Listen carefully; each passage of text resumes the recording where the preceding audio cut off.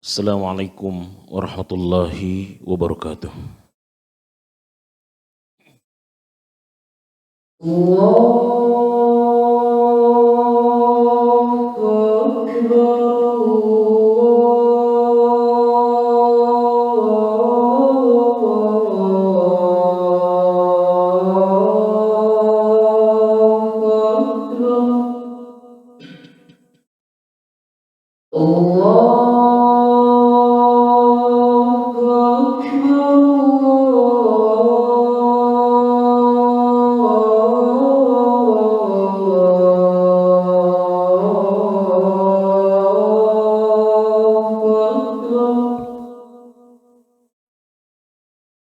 أشهد أن لا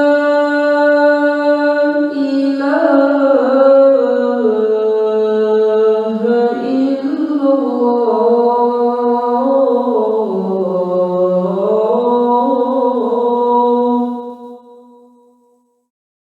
أشهد أن لا إله إلا الله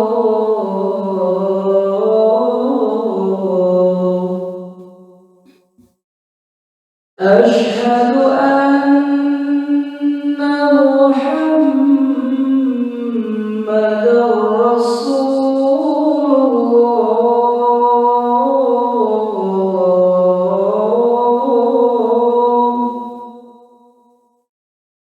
أشهد أن محمدا رسول الله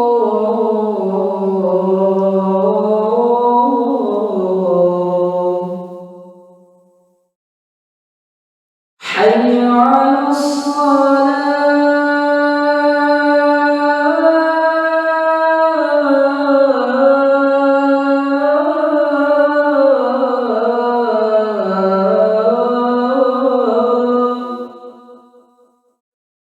حي على الصلاة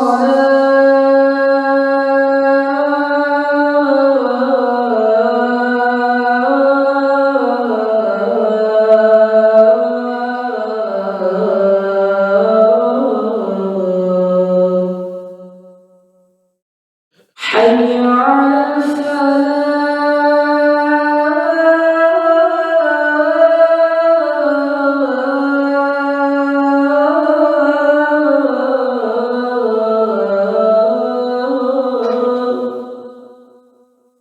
حي على الفلاح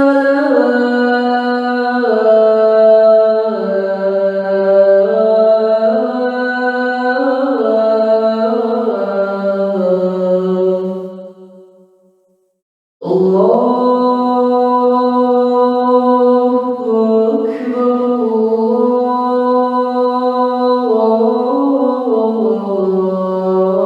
الله أكبر لا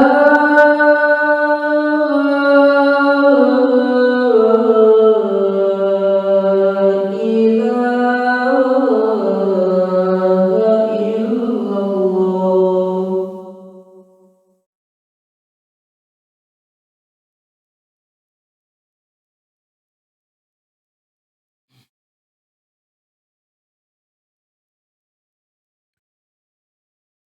Alhamdulillahilladzi khalaqal insana fi ahsani taqwimihi thumma amarahu ay yashkur wa man yashkur fa innama yashkuru li nafsihi wa man kafara fa innallaha ghaniyun an ibadihi asyhadu an la ilaha illallah wahdahu la syarika lah wa asyhadu anna muhammadan abduhu wa rasuluhu la nabiyya ba'dah.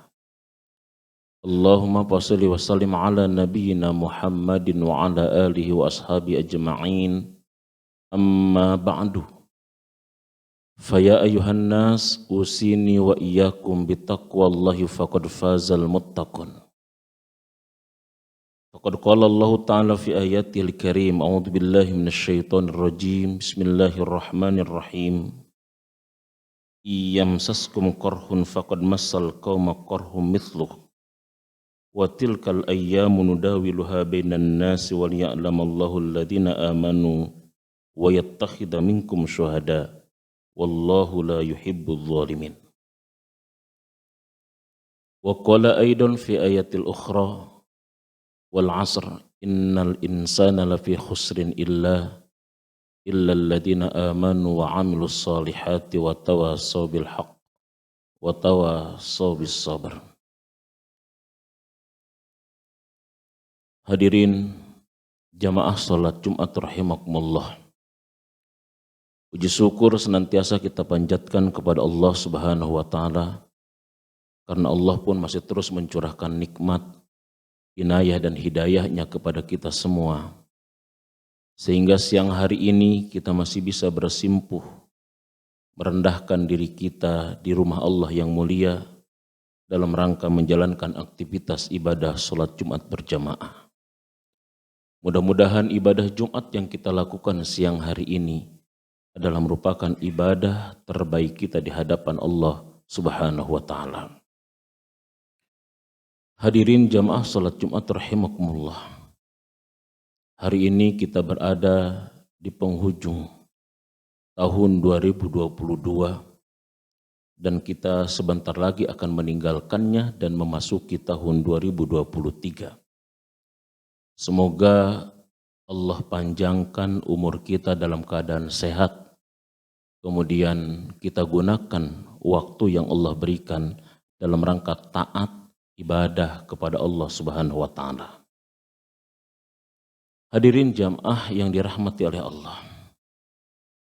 Perputaran dan pergantian waktu adalah bagian daripada sunnatullah yang akan terus terjadi dan terulang. Sebagaimana Allah menegaskan wa tilkal ayyamun dawiluha bainan nas. Waktu itu, hari itu, masa itu Allah pergilirkan di antara manusia. Waliya'lamallahu alladhina amanu wa yattakhidhu minkum syuhada. Agar Allah tahu siapa orang yang beriman. Dan Allah pun berkehendak agar kita wafat dalam kondisi syahid. Dan Allah tidak menyukai orang-orang yang menzalimi diri sendiri. Waktu adalah merupakan nikmat pertama yang akan Allah tanyakan ketika kita dikumpulkan di mahsyar nanti. Dalam hadis riwayat Imam Ad-Darimi dan Imam Tirmizi, beliau mengatakan hadis ini adalah hasan sahih. Rasulullah sallallahu alaihi wasallam bersabda, "La tazula qadama abdin yaumal qiyamah hatta yus'ala an arba'in." Gerak langkah kaki seorang hamba itu tidak akan digerakkan oleh Allah pada hari kiamat sampai dia ditanya oleh Allah tentang 4 hal ketika hidupnya. Di antara 4 hal itu yang pertama adalah an umrihi fima afna. Allah akan tanyakan tentang umur kita, kira-kira dihabiskan untuk apa dan dihabiskan di mana. Kira-kira umur kita yang Allah berikan ini adalah presentasinya. Apakah lebih banyak dilakukan dan digunakan untuk kebaikan atau untuk hal yang sebaliknya. Di antara ulama yang pernah introspeksi terkait dengan umur manusia adalah Imam Al-Ghazali. Jika umat Rasulullah sallallahu alaihi wasallam adalah rata-rata umat yang diberikan oleh Allah umur kisaran 60 sampai 70 tahun. Kemudian Imam Ghazali mengambil jalan tengah seperti halnya umur Nabi kita Muhammad sallallahu alaihi wasallam 63 tahun. Beliau mengurai seandainya kita dikasih 63 tahun umur oleh Allah. Kontrak hidup, kesempatan hidup oleh Allah. Dan kemudian yang 63 tahun, aktivitas pertama yang tidak pernah kita tinggalkan adalah tidur. Yang menurut kedokteran rata-rata tidurnya kita adalah sekitar 8 jam sehari.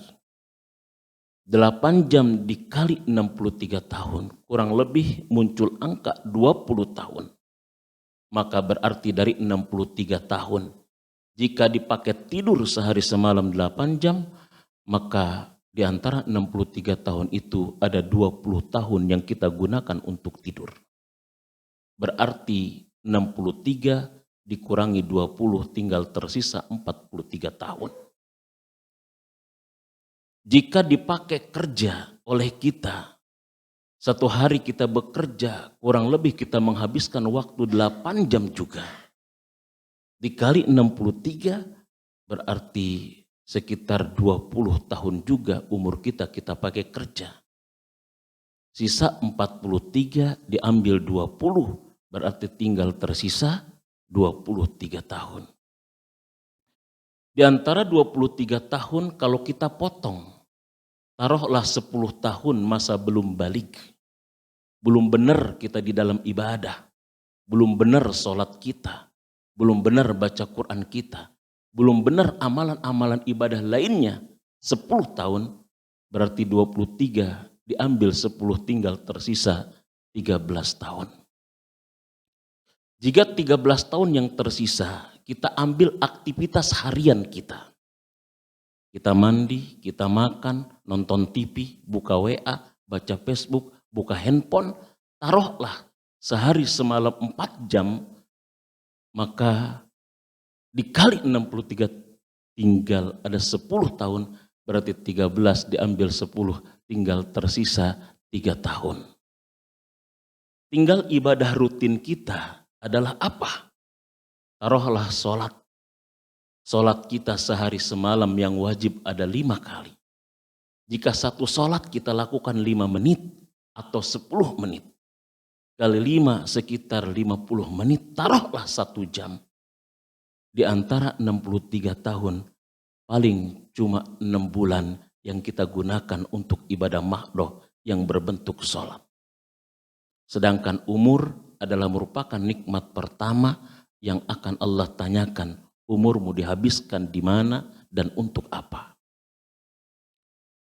Ini sesuatu yang mengerikan. Ketika kita dihitung oleh Allah, maka kita harus mampu menghitung umur kita pada saat ini. Yang kedua, kata Rasul, gerak langkah kaki seorang hamba tidak akan digerakkan Allah sampai dia ditanya. Yang kedua adalah tentang anjismihi fima ablah, tentang tubuh kita, tentang tangan kita, tentang kaki kita, tentang mata kita, tentang mulut kita, tentang akal kita, tentang pendengaran kita.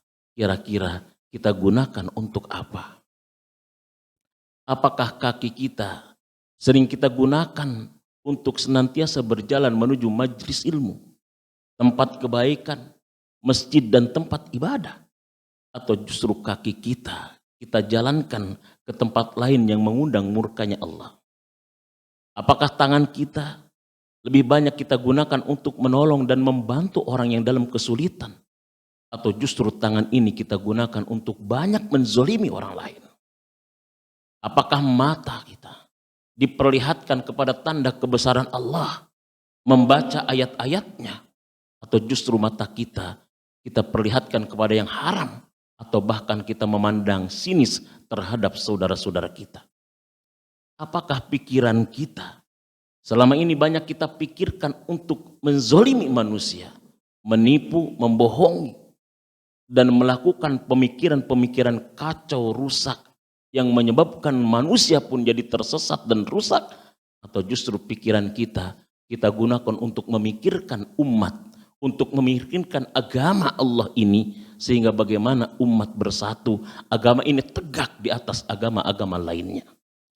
Anjismihi bima ablah, kira-kira tubuh yang Allah titipkan kepada kita, kaki, tangan, mata, telinga, mulut, kepala, dan pemikiran kita, apakah kita gunakan untuk mendekatkan diri kepada Allah, memperbanyak amal soleh dan ibadah, atau justru sebaliknya kita gunakan untuk mengundang kemurkaan Allah? Yang ketiga, an malihi, Allah tanya tentang harta yang Allah berikan kepada kita. Ainak tasabahu wa fima anfaqahu, dari mana kita memperoleh harta itu dan kemana kita membelanjakan harta itu? Nikmat pertama, pertanyaan cuma satu. Nikmat kedua, pertanyaan cuma satu. Nikmat ketiga, pertanyaan pun cuma satu. Tetapi ada satu nikmat yang pertanyaannya dua. Dari mananya ditanya dan kemananya pun tetap ditanya. Aina tasabahu, dari mana kita dapatkan, wa fima anfaqahu, dan kemana kita infakkan. Harta dalam pandangan agama kita, memang dia adalah merupakan fitnah. Dia adalah ujian. Tapi harta juga bisa menjadi sarana ibadah. Sarana untuk mendekatkan diri kita kepada Allah. Di zaman Rasulullah Sallallahu Alaihi Wasallam, di dalam hadis Arba'in An-Nawawiyah, dijelaskan bahwa orang-orang miskin di zaman Rasul pernah protes kepada Rasul, pernah demo kepada Rasul.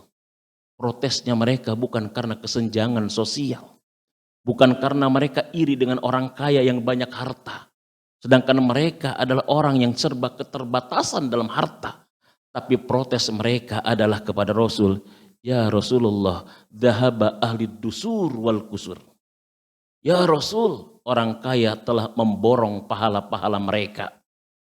Orang kaya telah menghabiskan pahala-pahala mereka. Diborong semua pahala oleh orang kaya. Kenapa? Kami sholat, mereka sholat. Kami baca Quran, mereka baca Quran. Kami puasa, mereka puasa. Akan tetapi ketika mereka berinfak dengan harta mereka, ketika mereka berzakat, ketika mereka berwakaf, ketika mereka bersedekah, sedangkan kami tidak bisa berinfak, berwakaf, bersedekah karena ketiadaan harta yang kami miliki. Rasulullah kemudian memberikan kabar gembira dan menenangkan orang-orang miskin yang saat itu. Rasul katakan, wa fi takbiratin laka sedekah. Takbirmu mengandung sedekah. Tahmidmu mengandung sedekah. Zikirmu mengandung sedekah. Bahkan kau berhubungan dengan istrimu adalah sedekah. Sedekah bagi orang miskin mungkin tidak dengan harta, tapi dengan ibadah yang mereka lakukan. Hadirin jamaah salat Jumat rahimakumullah. Dan pertanyaan keempat, sebelum kaki kita digerakkan Allah pada hari kiamat adalah an ilmihi mada amila fihi. Tentang ilmu kita, kira-kira apa yang telah kita lakukan dengan ilmu kita.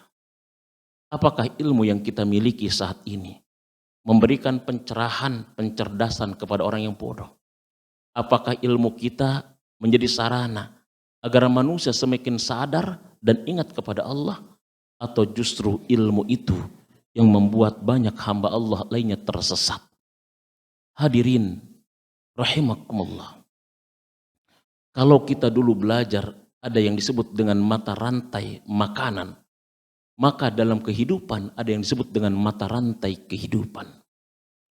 Kita selalu berharap kepada Allah agar hidup kita baik, yang sering diungkapkan dengan kalimat husnul khotimah. Husnul khotimah atau husnul maut artinya adalah ending yang baik, kematian yang baik. Kata ulama, husnul maut atau husnul khotimah sangat erat kaitannya dengan husnul hayat, yaitu hidup yang baik. Hidup yang baik terikat dengan husnul amal, amal yang baik. Husnul amal terikat dengan husnul fahmi, pemahaman yang baik dan benar. Dan husnul fahmi amat sangat erat kaitannya dengan husnul ilmi, yaitu ilmu yang baik dan benar.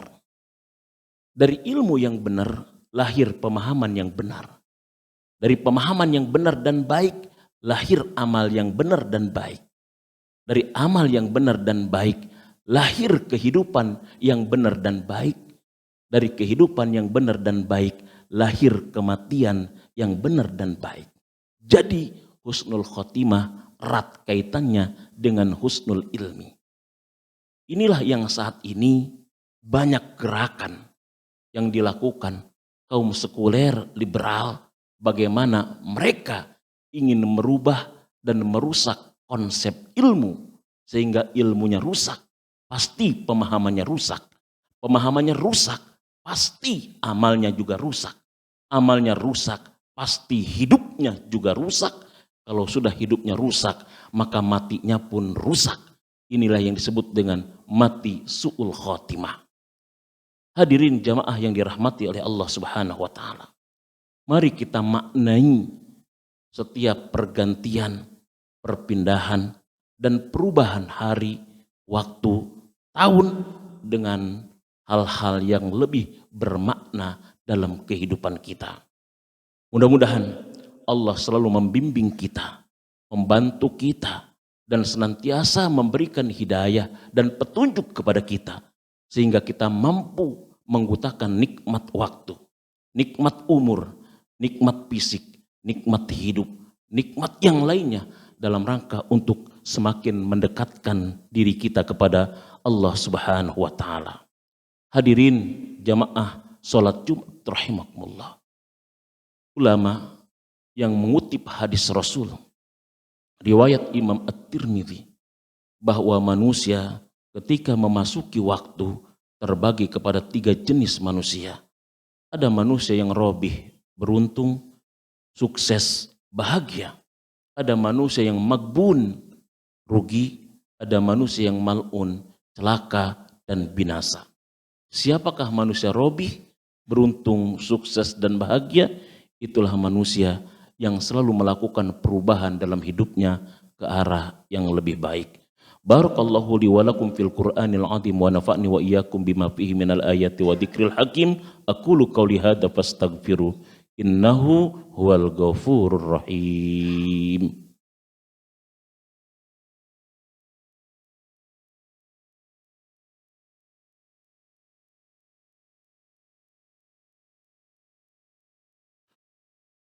Alhamdulillah.